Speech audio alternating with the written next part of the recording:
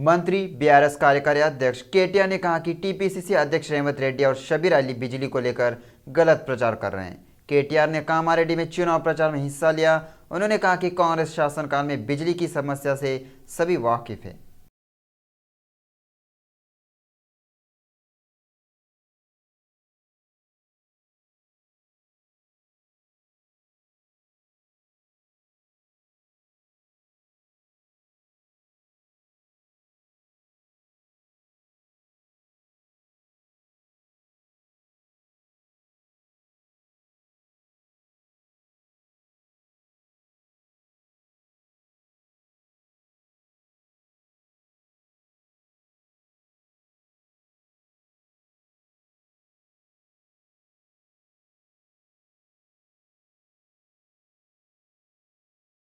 AICC की शीर्ष नेता प्रियंका गांधी आज तेलंगाना आएंगी। वह आसिफाबाद और खानापुर में जनसभाओं को संबोधित करेंगी।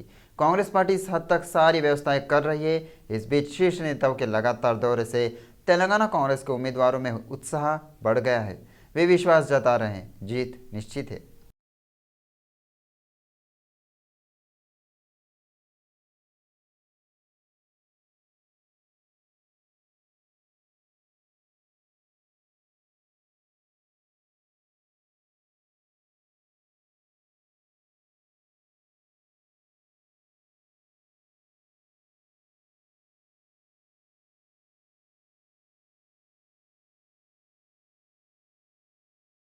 मंत्री हरीश राव ने कहा, चुनाव के दौरान कांग्रेस ने खतरे के बीच बोते हुए झूठा मैनिफेस्टो जारी किया। उन्होंने हवाई बातें करने और हथेली में चांद दिखाने के लिए कांग्रेस नेताओं की आलोचना की। मंत्री हरीश राव ने निजामाबाद जिला बोधन प्रजा आशीर्वाद सभा में भाग लिया। मंत्री हरीश राव ने कहा कि केसीआर का मतलब आस्था है और कांग्रेस का मतलब धोखा है। उन्होंने कहा कि सभी बीआरएस योजनाएं गरीबों के लिए लाई गई थी। उन्होंने कहा कि सौभाग्य लक्ष्मी योजना के तहत 3000 दिए जाएंगे। जब बीआरएस सत्ता में आ जाएगी तो पेंशन बढ़ाकर 5000 रुपए कर दी जाएगी। बीजेपी के शीर्ष नेता और केंद्रीय गृह मंत्री अमित शाह ने ऐलान किया है, अगर तेलंगाना में बीजेपी जीती है तो बीसी को मुख्यमंत्री बनाया जाएगा। उन्होंने गद्वाल में आयोजित सभी लोगों की संकल्प सभा में भाग लिया। अगर बीजेपी जीतती है तो वह तेलंगाना के लोगों के लिए अयोध्या में भगवान राम के मुफ्त दर्शन की व्यवस्था करेगी। अमित शाह का कहना है कि मोदी सरकार ने जोगुलांबा मंदिर में विकास के लिए 70 करोड़ रुपए आवंटित किए हैं, लेकिन केसीआर ने इस मंदिर के विकास के लिए 100 करोड़ रुपए देने का अपना वादा पूरा नहीं किया है। उन्होंने यह भी कहा कि मोदी ने जो पैसा दिया वह खर्च नहीं हुआ। उन्होंने कहा कि केसीआर द्वारा दिया गया कोई भी वादा पूरा नहीं किया गया। गुर्रमगुड़ा पुल, गद्वाल में 300 बिस्तरों वाला अस्पताल, कृष्णा नदी पर पुल, हथकरघा के लिए हथकरघा बुनकर पार्क नहीं बनाया गया। उन्होंने कहा कि डबल बेडरूम की गारंटी भी पूरी नहीं की गई। पालमुरू रंगारेड्डी जुराला नेट्टमपाडू परियोजना अभी तक पूरी नहीं हुई है। उन्होंने कहा कि झूठ बोलने में मुख्यमंत्री केसीआर से बेहतर कोई नहीं है। उन्होंने कहा कि बीआरएस को वीआरएस कर दिया जाना चाहिए। इस धरती से महान स्वतंत्रता सेनानी सरदार पप्पन्ना गोड और चकली इलेमा जी को भी प्रणाम कर कर मेरी बात की शुरुआत करना चाहता हूँ। मित्रों, तेलंगाना में आने वाले दिनों में विधानसभा का चुनाव होने वाला है। आप ये मत समझना कि आपका एक वोट हमारे प्रत्याशी को एमएलए बनाएगा। आप समझ कर चलना, आपका एक वोट तेलंगाना और भारत का भविष्य तय करने वाला वोट होने वाला है। పవిత్రమైనటువంటి యాదగిరి లక్ష్మీ నరసింహస్వామి రామప్ప దేవాలయము, 1000 స్తంభాల గుడి, చాళుక్య బ్రహ్మ దేవాలయము, ఇవన్నీ కూడా ఇక్కడ అడుగు పెట్టడం చాలా అదృష్టంగా భావిస్తా ఉన్నాను. అదే రకంగా మహావీరు మహాత్మా బుద్ధుడికి నమస్కరిస్తూ ఈ ఛాయా సోమేశ్వర స్వామి దేవాలయాన్ని కూడా నమస్కరిస్తూ జడల రామలింగేశ్వర స్వామితో పాటు స్వాతంత్ర సమరయోధులు సర్దార్ పాపన్న గౌడ్ గారు, అదే రకంగా ఈరోజు ముఖ్యంగా మీ యొక్క ఓటు ఈ ఎన్నికల్లో బీజేపీ అభ్యర్థులకు గెలుపుకు దోహదపడే ఓటు కాబట్టి, తెలంగాణ ప్రజల భవిష్యత్తు నిర్ధారించే ఎన్నికలు కాబట్టి మీరందరూ కూడా ఈ ఎన్నికల్లో బీజేపీని గెలిపించాల్సిందిగా నేను కోరుతా ఉన్నాను. मित्रों, ये केसीआर की भ्रष्टाचार की कार को मोदी जी के गरीब कल्याण के गैरेज में भेजने का समय आ गया है. रंगारेड्डी जिला महेश्वरम निर्वाचन क्षेत्र के कांग्रेस उम्मीदवार किचन नगरी लक्ष्मा रेड्डी ने मीरपेट नगर निगम जिलेलागुड़ा गांव की विभिन्न कॉलोनियों में प्रचार किया। उन्होंने कहा कि लोग कांग्रेस पार्टी को वोट देंगे और हमारी समस्याओं का समाधान करेंगे।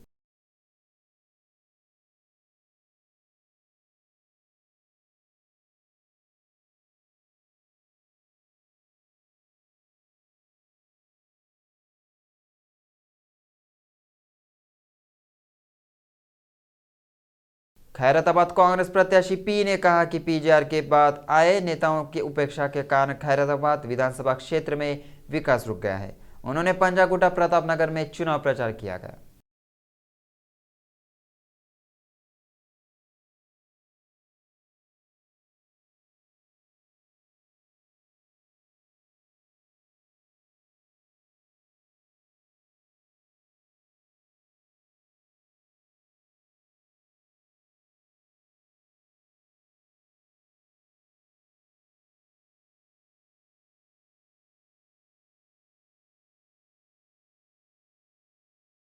शेरलिंगमपल्ली ने कांग्रेस पार्टी के उम्मीदवार जगदीश्वर गौड़ को भारी बहुमत से जीताने को कहा। कांग्रेस पार्टी की महिला नेताओं और कार्यकर्ताओं ने हैदरनगर और मियापुर मंडल में डोर टू डोर अभियान चलाया।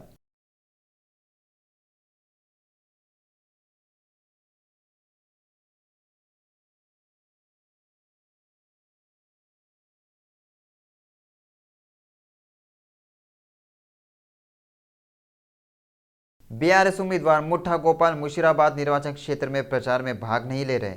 बीआरएस के सभी वरिष्ठ नेता पूछ रहे हैं, मुठा गोपाल कहां है?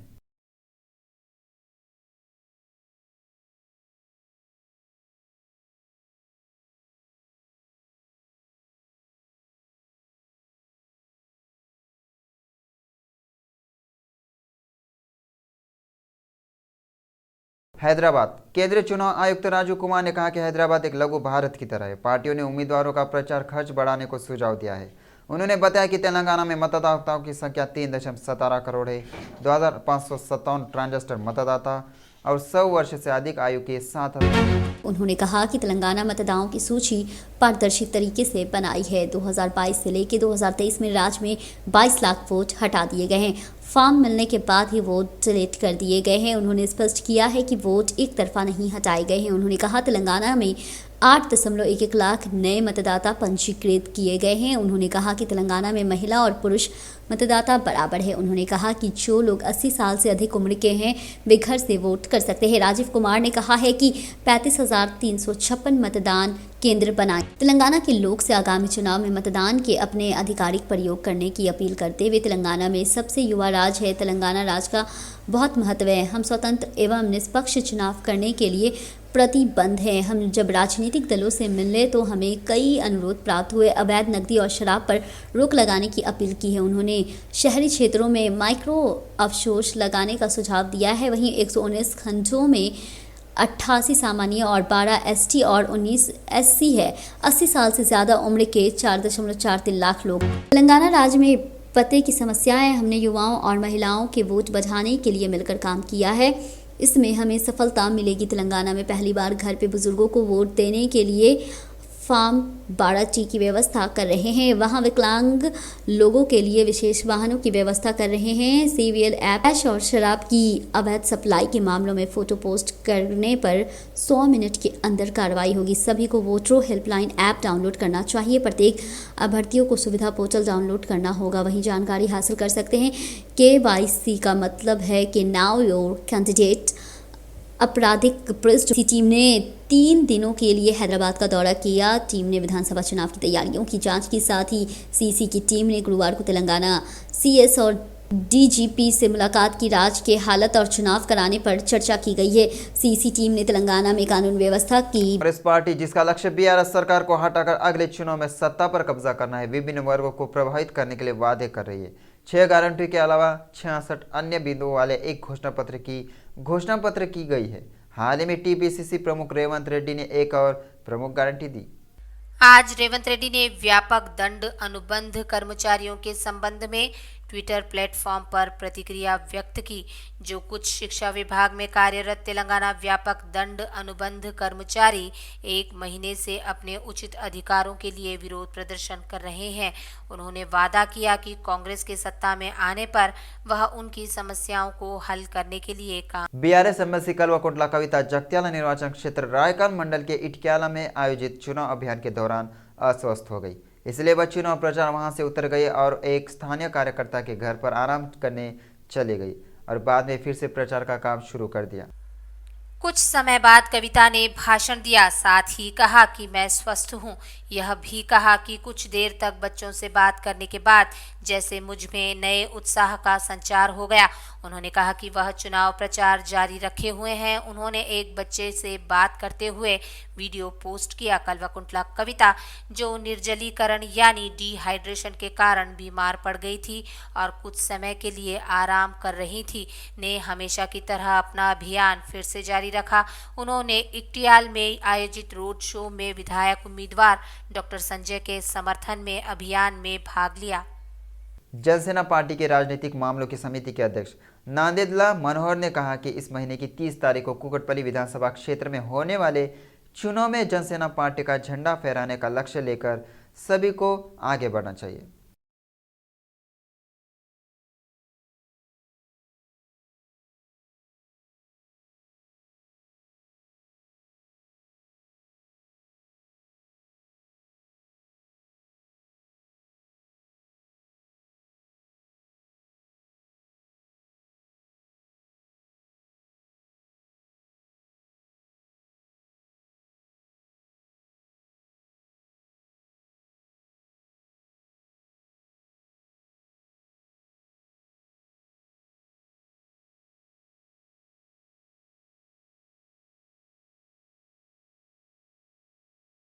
जुबली हिल्स कांग्रेस पार्टी के उम्मीदवार अजहरुद्दीन ने आरोप लगाया है कि कांग्रेस पार्टी की जीत के लिए काम करने वाले कार्यकर्ताओं के खिलाफ अवैध मामले बनाकर उन्हें पुलिस स्टेशन में बंद करके कांग्रेस कार्यकर्ता को आतंकित किया जा रहा है। जुबली हिल्स विधानसभा क्षेत्र ने बीआरएस पार्टी ने कोई विकास नहीं किया है और हर जगह भ्रष्टाचारी भ्रष्टाचार नजर आ रहा है।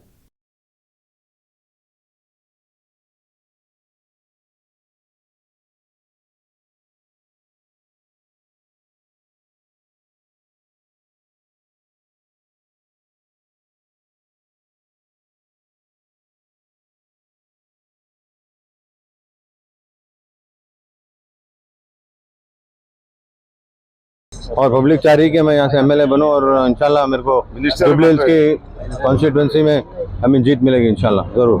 आज ये रीडिंग में आज रहे तो कल परसों में एक जने रोडी शेटर एक जने स्ट्रीट वाले को मारा है। हाँ कुछ आपको नोटिस नहीं मारा है, पुलिस को स्ट्रिक्ट एक्शन लेना चाहिए, पुलिस वालों को लेना चाहिए, क्योंकि ये मागोंडी साहब के पूरे गुंडे यही काम करते हैं, उन्होंने गुंडे ही काम गुंडागर्दी करते हैं, मारम पीटी करते हैं। कोई भी आदमी अगर कांग्रेस पार्टी को काम करने आ रहा है तो उसको मार रहे और लोगों को फेक केसेस डाल रहे और पुलिस स्टेशन में ले आके बिठा दे रहे। तो लोग पूछ रहे साहब मेरे को क्यों लेके आए, पूछे तो बोलते कि नहीं गोपीनाथ साहब से आप बात कर लो, 1-2 घंटे बैठ जाओ ना, कुछ फर्क नहीं पड़ता। और ये हो रहा है यहाँ पे, यही हो रहा है, कोई डेवलपमेंट का काम नहीं हुआ। डेवलपमेंट जो होगा गुंडागर्दी, बहुत जबरदस्त डेवलपमेंट हुई। कॉन्शियस में क्या प्रॉब्लम है? कॉन्शियसली में बहुत प्रॉब्लम है। आई मीन सुएज का प्रॉब्लम है, I mean life tension high tension wires है उसका प्रॉब्लम है, और पूरा पानी गंदा है, ड्रेनेज गंदा है, उससे बीमारियां हो रही है, डेंगू हो रहा है, आई मीन लीवर का प्रॉब्लम हो रहा है, लंग्स का प्रॉब्लम है, हर तरह की प्रॉब्लम हो रही है यहाँ पे। क्योंकि जब तक कांग्रेस को गारंटी बहुत को बोल रहे हैं आप, बिल्कुल बोल रहे हैं, पैम्पलेट्स भी दे रहे हैं भाई। देखिए लोग आप उसको जानते हैं कि 6 गारंटी जब आएगी कांग्रेस गवर्नमेंट ने पूरे गारंटीज को आई मीन इम्प्लाई करेंगे और इंशाल्लाह जरूर फायदा मिलेगा तेलंगाना के लोगों को, जो जिस 10 साल से कुछ फायदा नहीं मिला। लोगों को क्या बोल रहे हैं आप? लोगों को यही बोलूंगा कि मैं यहाँ पे डेवलपमेंट का काम करने आया हूँ और डेवलपमेंट करूंगा और मैं यहीं का रहने वाला हूँ, यहीं रहूंगा। जग्गा रेड्डी ने कहा कांग्रेस की सरकार आई तो बेड शॉप हटा दी जाएगी। धरनी पोर्टल के मामले में कांग्रेस पार्टी की लाइन स्पष्ट है। उन्होंने कहा कि कांग्रेस की सरकार आने पर गांव में रक्षा बंटा कार्यक्रम शुरू करेंगे।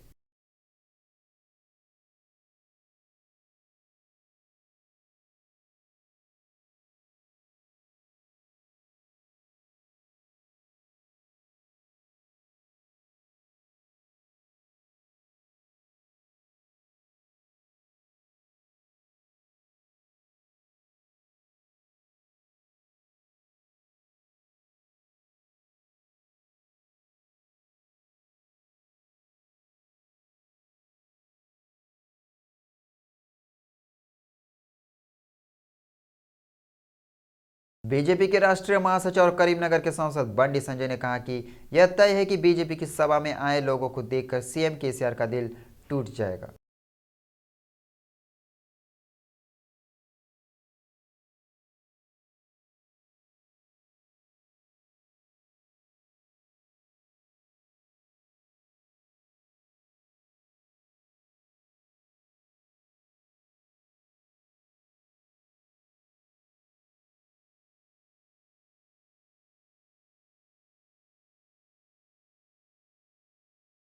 राज्य में चुनाव को देखते हुए केंद्रीय चुनाव आयोग ने विशेष कदम उठाया है। मतदाताओं को जागरूक करने के लिए विभिन्न कार्यक्रम चलाए जा रहे हैं। चुनाव के संचालन पर विशेष ध्यान दिया जाता है।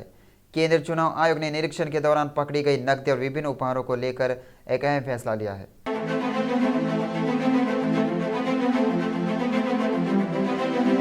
केंद्रीय चुनाव आयोग ने तेलंगाना राज्य चुनावी पर विशेष ध्यान दिया है। चुनाव आयोग का मानना है कि वर्तमान में रखे गए नोटों के बंडलों के मामले में उनकी रणनीति के कुछ परिणाम सामने आए हैं। उसने अगले महीने में अपनी पकड़ और मजबूत करने का फैसला किया है। चुनाव के लिए त्रिस्तरीय रणनीति लागू करने का योजना तैयार किया जा रहा है। 1 महीने के लिए परिवर्तन एजेंसियों को तैनात किया गया है। वहीं केंद्रीय बलों का पहला जत्था भी राज्य में पहुंच चुका है। बड़ी संख्या में नियमिती को बलों की भी तैनाती की जाएगी। पिछले 2 हफ्तों में अधिकारी ने राज्य में करीब 350 करोड़ रुपए की नकदी, सोना और शराब जब्त की है। प्रावधान की मजबूती करने का निर्णय लिया गया है क्योंकि आने वाले दिनों में धन की अधिक से अधिक उपयोग किया जाएगा। मौजूदा खुफिया ताकत को 2 गुना करने का फैसला किया गया।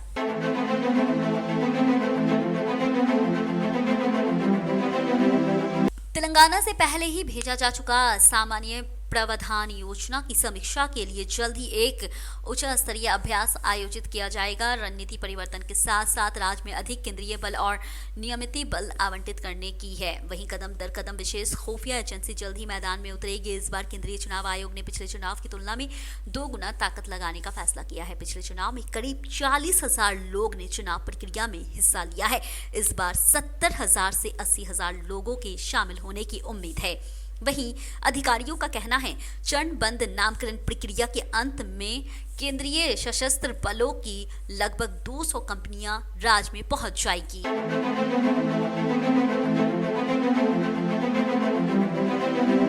ये तथ्य राज्य में चुनावी अरबों डॉलर का मामला बन गया है। पूरे देश में चर्चा का विषय है कि इसे प्रतिबंध करके रणनीति ये मजबूत संकेत देने की है। चुनावी आयोग गंभीरता से केंद्रित पहले से ही चुनाव ड्यूटी पे मौजूद है। उच्च पदस्थ अधिकारियों के बारे में पैमाने से हस्तांतरण से झटका लगा है। पिछले 10-15 दिनों में धन के संगन उपयोग और विवरण को देखते हुए चुनाव आयोग की घोषतक पहाड़ दिखाई देने वाली पोलिंग का विस्तार करने पे विचार कर रहे हैं। वहीं चुनाव आयोग ने चुनाव में भी यही नीति लागू करने का फैसला किया।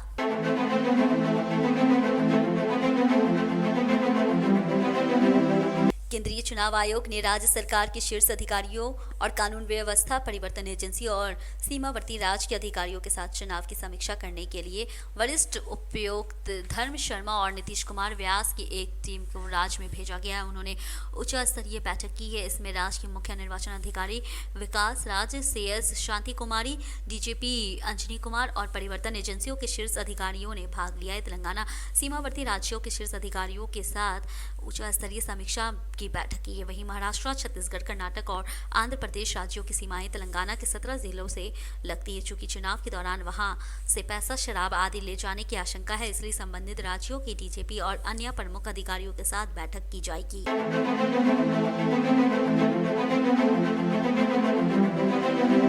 राज्य के मुख्य निर्वाचन अधिकारी कार्यालय ने एक बयान में खुलासा किया। चुनाव निरीक्षण के तहत सोमवार सुबह 9 बजे से मंगलवार सुबह 9 बजे तक 16.16 करोड़ रुपए की संपत्ति जब्त की गई। इसमें 5.60 करोड़ रुपए नगद, वहीं 4.17 करोड़ रुपए की और वही 1407.44 लीटर शराब, वहीं 5 लाख रुपए की दवाएं, वहीं 2.76 करोड़ रुपए का 4.685 किलोग्राम सोना और वहीं 4.890 किलोग्राम चांदी, वहीं 3.11 करोड़ रुपए की साड़ियां और इलेक्ट्रॉनिक उपकरण शामिल है। पिछले महीने की 9 तारीख से जब्त की गई कुल संपत्ति का मूल्य 412.46 करोड़ रुपए तक पहुंच गया है।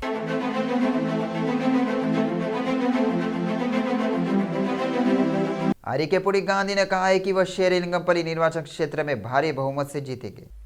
अरिकेपुड़ी गांधी ने कहा कि SRDP के तहत 9,000 करोड़ के संसदीय क्षेत्र का विकास किया गया है। IT कॉरिडोर में ग्लोबल सिटी के अनुरूप बेहतरीन फ्लाईओवर और सड़कों का विकास किया गया है और दुनिया आश्चर्यचकित है। चुनाव अभियान के हिस्से के रूप में शेरलिंगमपल्ली डिवीजन के तहत पापीरेड्डी कॉलोनी और अरगभा टाउनशिप क्षेत्रों में घर घर जाकर प्रचार किया गया।